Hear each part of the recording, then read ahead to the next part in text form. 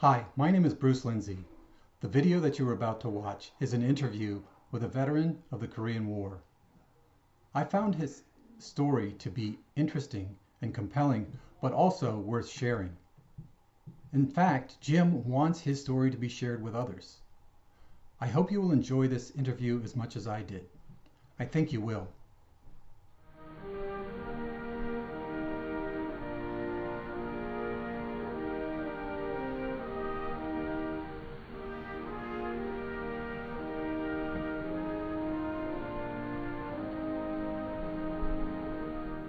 I think that your story is really important, and I wanted to share it with other people. So thank you for giving me that permission. Well, what a blessing you have been to me. Let me tell a story. Now, I'm not telling a story about being a hero or anything. I'm just telling you how I got turned over, got my head on straight, and started walking with God. That wasn't because I was a hero. I was petrified. I told you in the story. Yeah. It's an honor for me for you to come up and want that. Appreciate it. Thank you. Come up anytime. Sure. I'm here by myself. This is the story of a Marine who took part in the Battle of the Chosin Reservoir in Korea. In the early winter of 1950, the 1st Marine Division had been cut off and surrounded by about 10 Chinese divisions.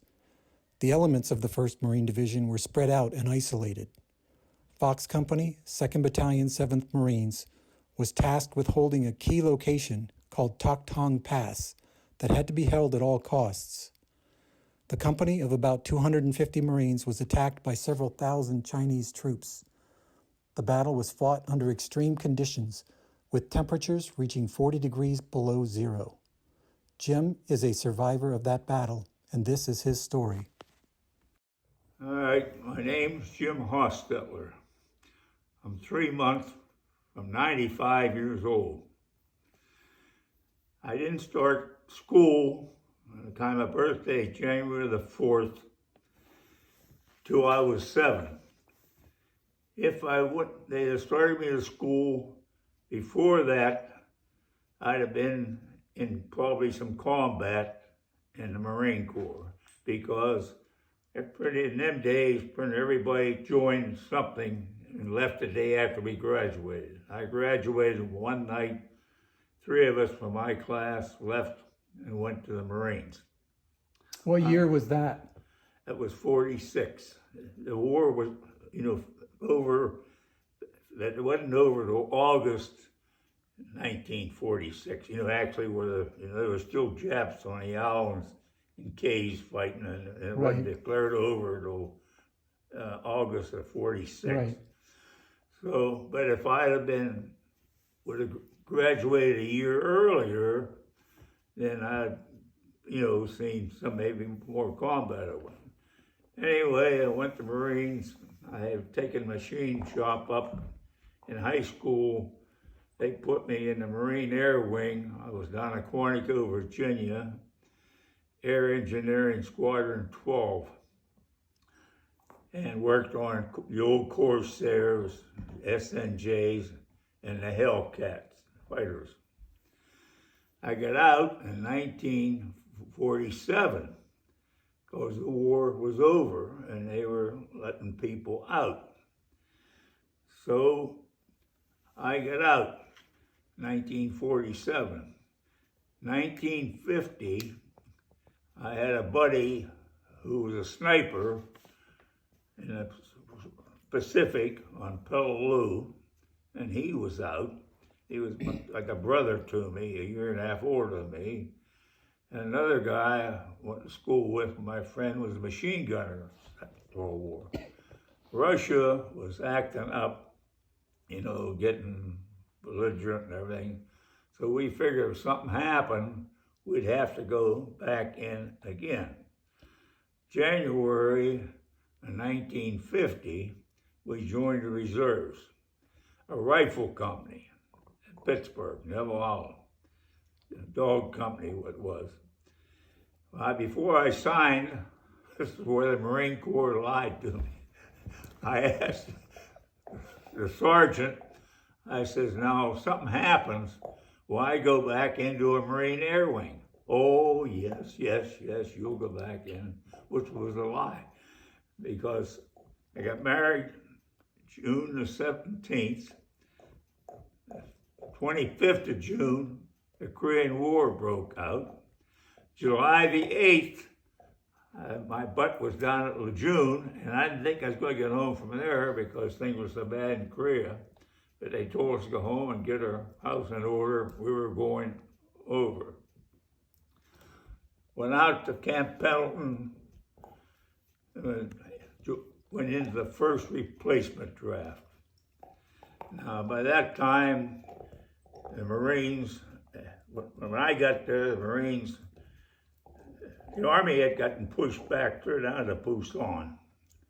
They brought the 1st Marine Brigade over, and they started plugging the holes everywhere, where they had break through. Then MacArthur took the Marines up to Incheon, landed there to try to cut them off, and they broke out of Pusan. After that, he brought the Marines out of Incheon, brought them around the peninsula into Wonsan. Now, Wonsan was the most populated minefield in the history of warfare. That's where I come in. We were in the first replacement draft, so we had to sit a few days out. We couldn't get into the mine cleaners, sweepers clean the field. Went in there, went up to the front. First time I was shot at, I was on a 6x truck with a canvas. That's all. We were replacement going up. We were ambushed by snipers. We were not allowed to lock and load. Right away we started to lock and load, and we weren't allowed to leave the truck. We were told to sit easy. The guys riding shotgun would take care of it. So I sat there with a tight butt the whole time with a piece of canvas behind me. Didn't know it. Anyway, we moved on up.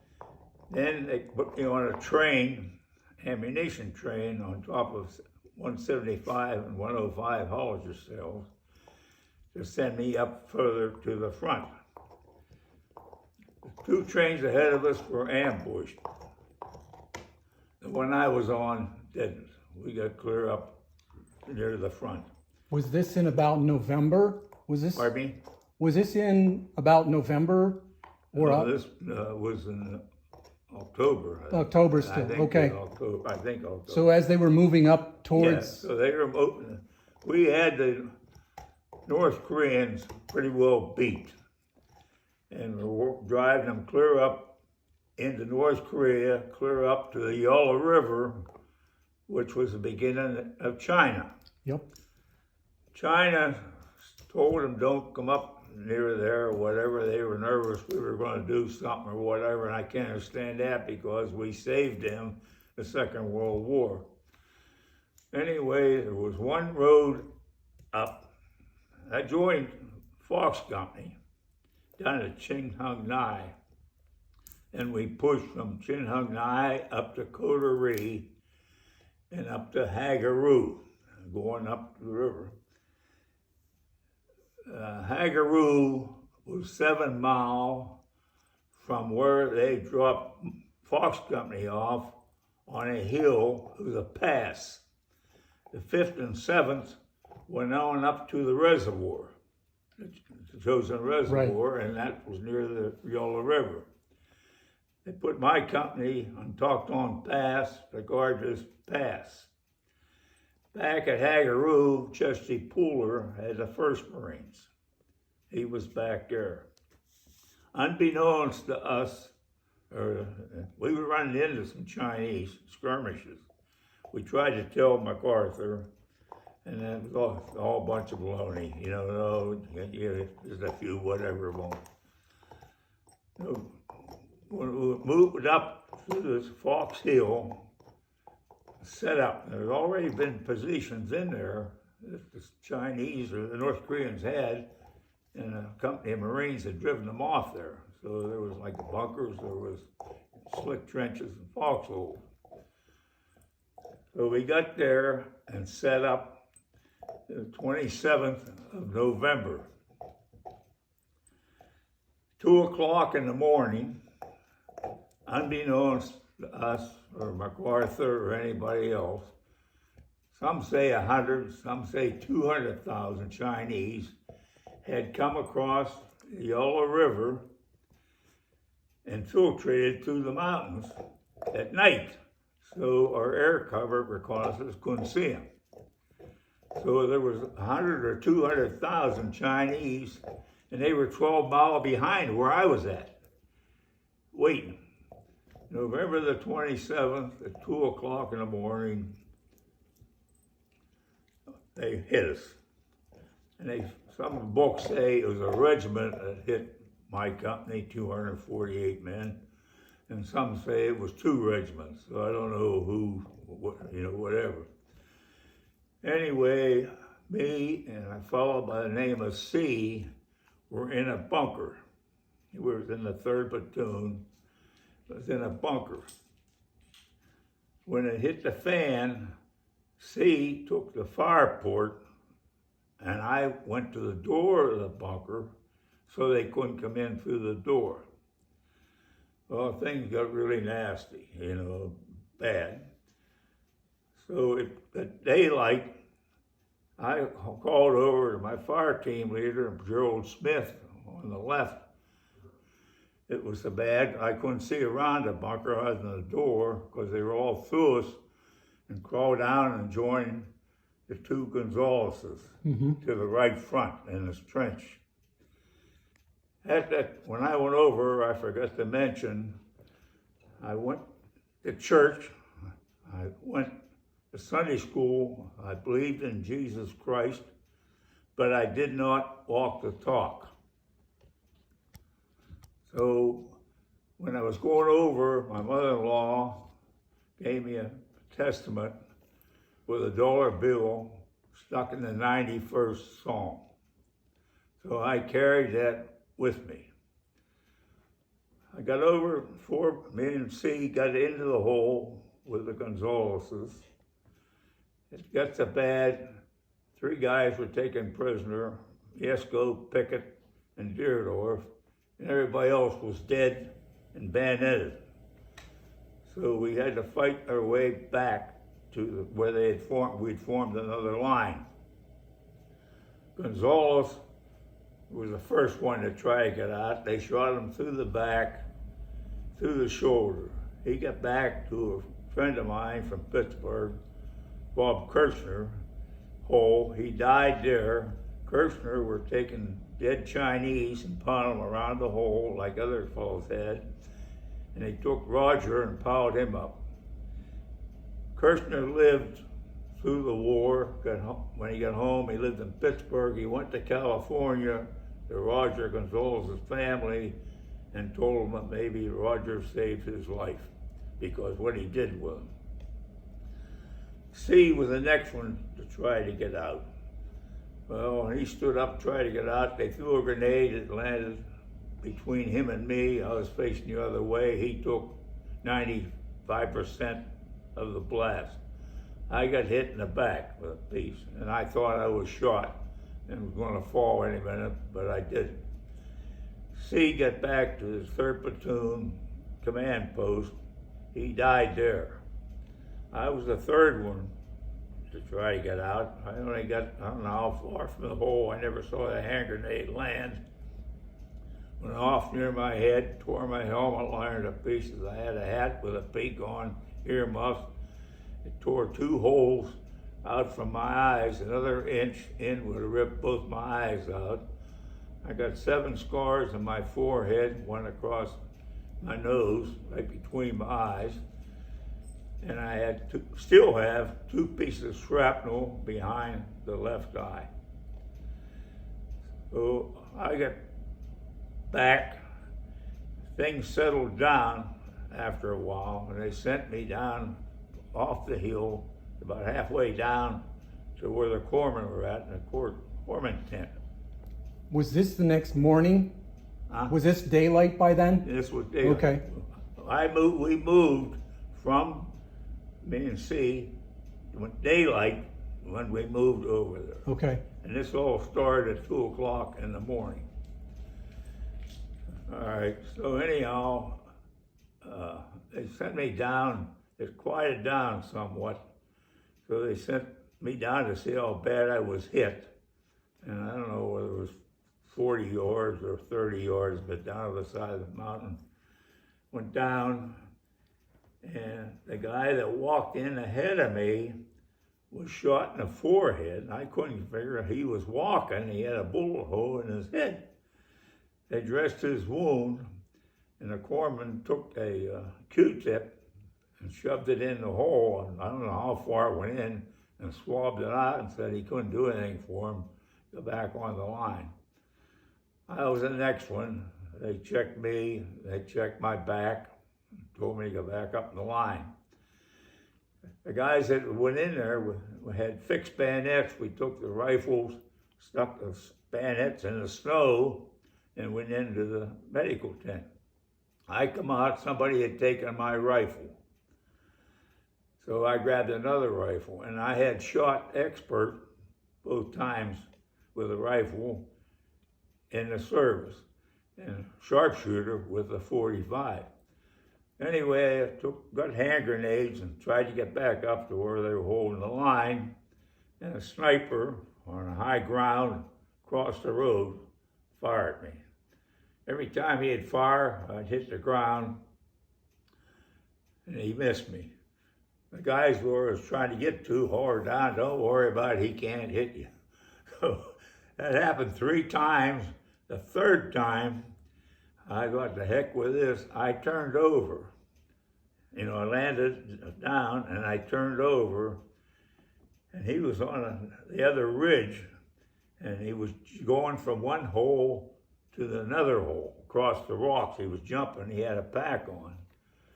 I emptied the magazine, 8 rounds. But there's a rifle, I didn't know which way it shot or whatever. I don't think I hit him, but he disappeared. But I didn't see him. It was too far away to tell if I'd hit him. Anyway, got back to the line. Then each night it started getting worser, and there's no such word and worser. So I can't remember what night they said, all wounded, get on the line. So me and a lieutenant, the head of the mortars, by Lieutenant Brady, got in the hole on the perimeter. We were laying our ass to ass, he facing one way, him facing the other way. The back of my head was facing the outside of the perimeter. That's the only time in my life that I swore at an officer. It was so bad you couldn't put your finger up. There's tracers and rounds flying over our heads. So I said, I'm going to get out of this hole. I knew I'd been dead. Brady says, no, stay here. You married, you have a family or whatever. Excuse me, but I said, you son of a bitch, you're squatted down more than me. He said, here, we'll squat down some more, which I did. The next morning, there was a 5-inch sapling tree. Small arm fire was cut off. The tree fell over from small arm fire. So anyway, I can't tell you the rest of the nights, what all happened. One night I was in the trench with Otis and Campbell, who was the forward observer.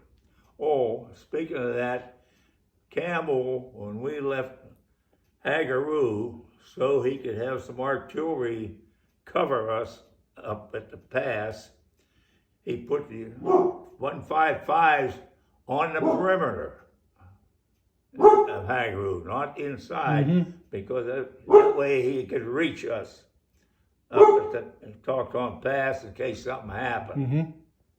So one night I was in the hole with him, and the bunker was on the other end, and he was coordinating fire and telling me, and I'd holler to Otis, who was on a radio back to Haggeroo to coordinate the fire. Pete, shut up.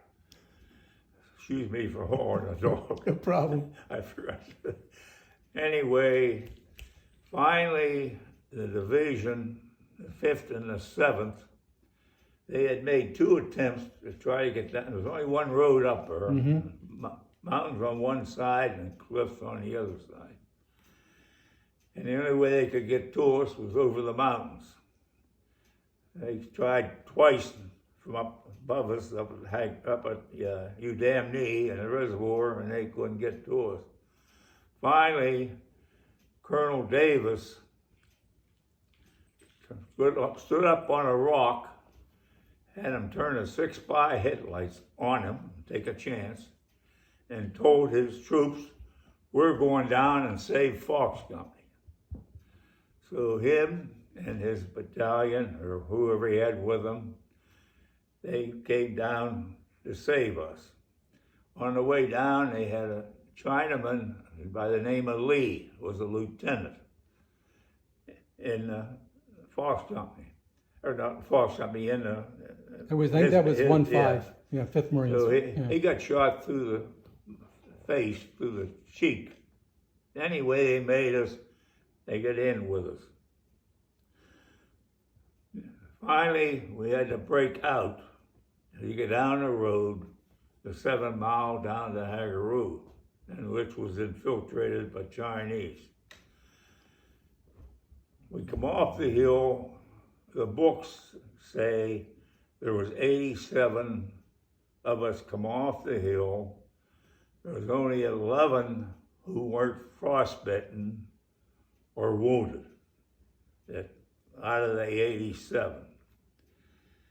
Now, in the Bible, the 91st Psalm says, 1,000 shall fall at your side, 10,000 shall fall at your right hand, but I'll get you out. During this battle, I prayed to God. I told God I'd go to church every Sunday. I wouldn't take the Lord's name in vain. I wouldn't drink any beer. I'd be perfect if he got me out of this alive, which he did. When they counted around the hill, Fox Hill, and counted the dead Chinese, they didn't count 982, 650, they counted 1,000. Then the division had wiped out another Chinese division that was never seen on the field again. So there's your 10,000. And I'm still living. So I got to Haggeroo, and they were taking the worst wounded. The perimeter kept shrinking. The Greeks come in on a C-47. Me and Captain Barber flew out on that C-47. And speaking of Captain Barber, him and my Lieutenant McCarthy, the sniper fired, went through McCarthy's rifle, through McCarthy's leg, out of his leg, and went into Barber's leg. So all 3 of us were being evacuated. Anyway, I come home, and with me, backing up a little bit, was a fellow by the name of Hiskett, Walter Hiskett. He was praying, if I get out, he's a rifleman, if I get out alive, I'll go to church every Sunday, blah, blah, blah, blah, same as me. I didn't see anybody for 40 years. And, we never had a reunion or anything. Here they opened up Quantico to honor us. They never knew, because we had saved the pass and probably the division. Now I'm going to back up a little bit further, go back to the battle.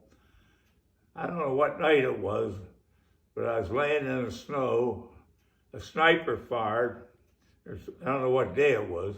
Sniper fired, hit the snow, threw the snow up on my cheek. Scared me so bad, I pissed myself. And I had long johns on and wool pants and foul weather pants, and that froze.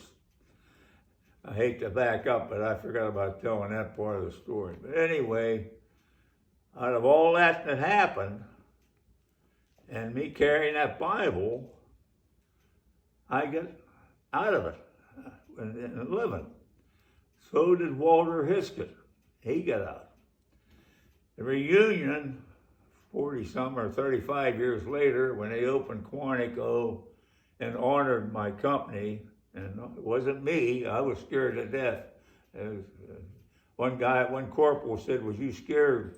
He said, "No, I wasn't scared, I was petrified."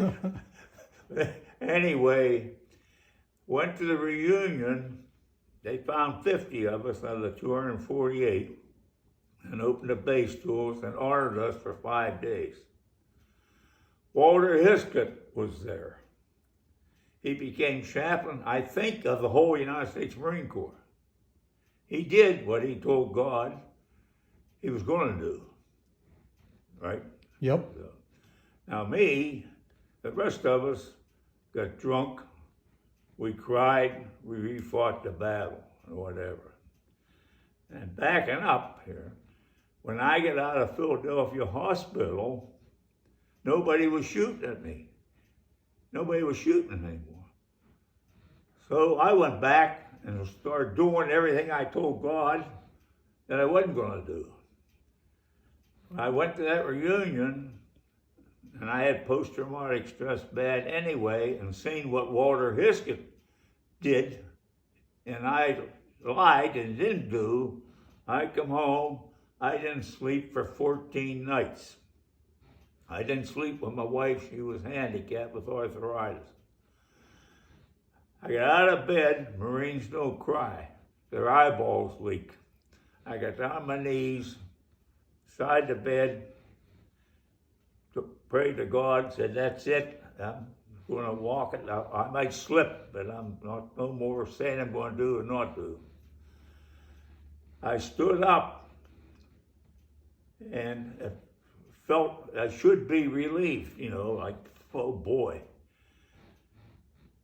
At that time, I got the filthiest, rottenest thoughts back like that. I thought, what the devil's going on? I just gave my life to Christ. I couldn't understand it. My mother-in-law was in a church home in Florida. I went to visit her, my wife and I, and there was retired ministers in there. There was a retired lady minister. I told her the story. She said, "Jimmy, Satan was losing you, and he was throwing everything at the book at you." Yep. So, and I felt like a presence when this was, I couldn't get it, I was really rattled. I just gave my life to Christ, and this happened. So anyhow, I come home, said that, and that was it. No more saying I'm going to do something, whatever. So now I'm trying to walk with Jesus. It's a heck of a battle,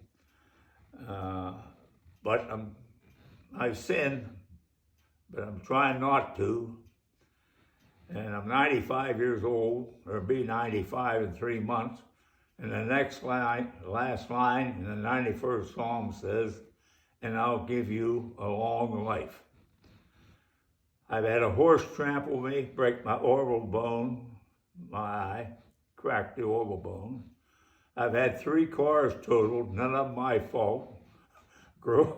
Kid just got his license, hit it. My old man, 85, ran a stop sign, hit me broadside, knocked me into an incoming pickup. I survived that. A girl learned to drive, 16, up here. I'm around JPM Road. I was coming in Moore's School. Hit me, totaled the car. They had to cut me out of the car, cracked my sternum, broke 3 ribs with the horse head also, and broke 3 again. I got scars over my legs. Both hands had to be stitched. Plus, I've had congestive heart failure, and I'm still walking around. So praise the Lord, and if there's anything else you want to know, I'll be glad to tell you. I feel I'm here for something.